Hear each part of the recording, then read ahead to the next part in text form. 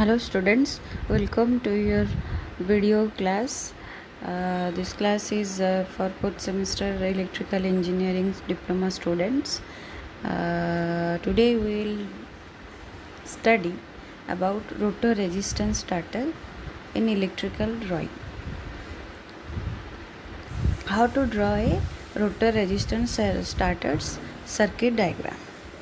First of all, we have to know that what is a rotor resistance starter. A rotor resistance starter, which is also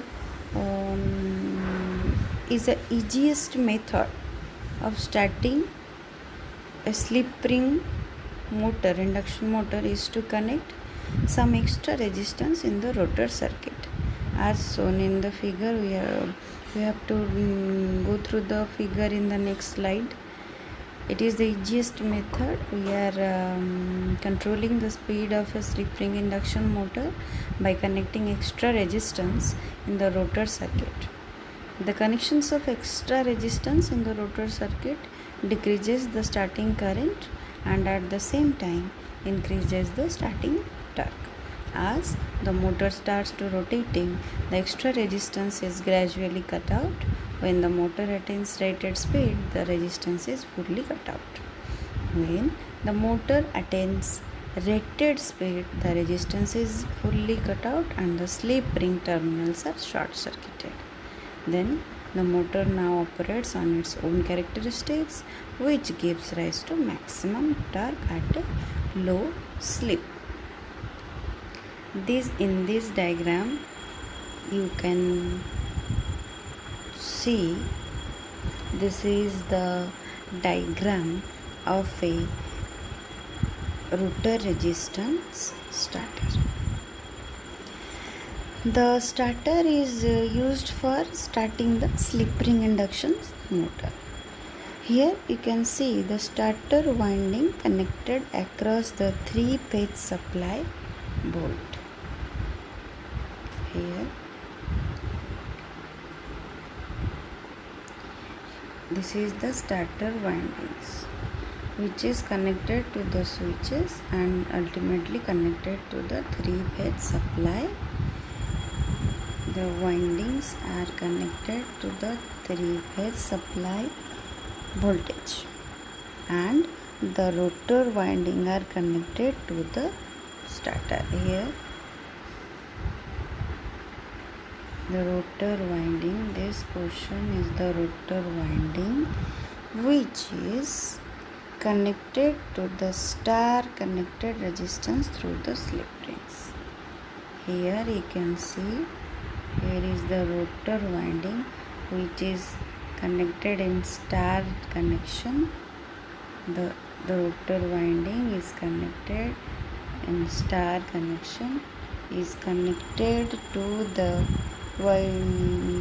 resistance through the slip rings, is connected through the resistance.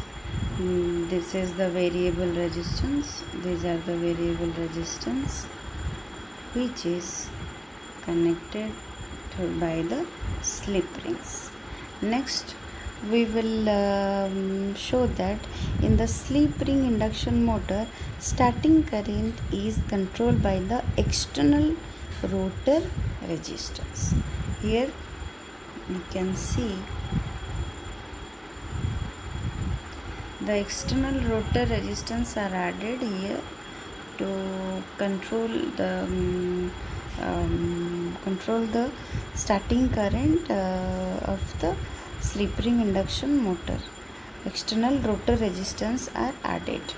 Next, your rated line voltage is applied to the voltage to the starter circuit and the rotor resistance is reduced gradually to obtain the rated speed. Here you can say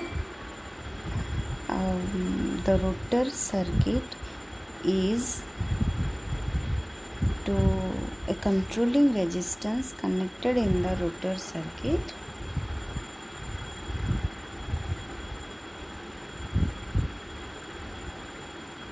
to adjust the starting current.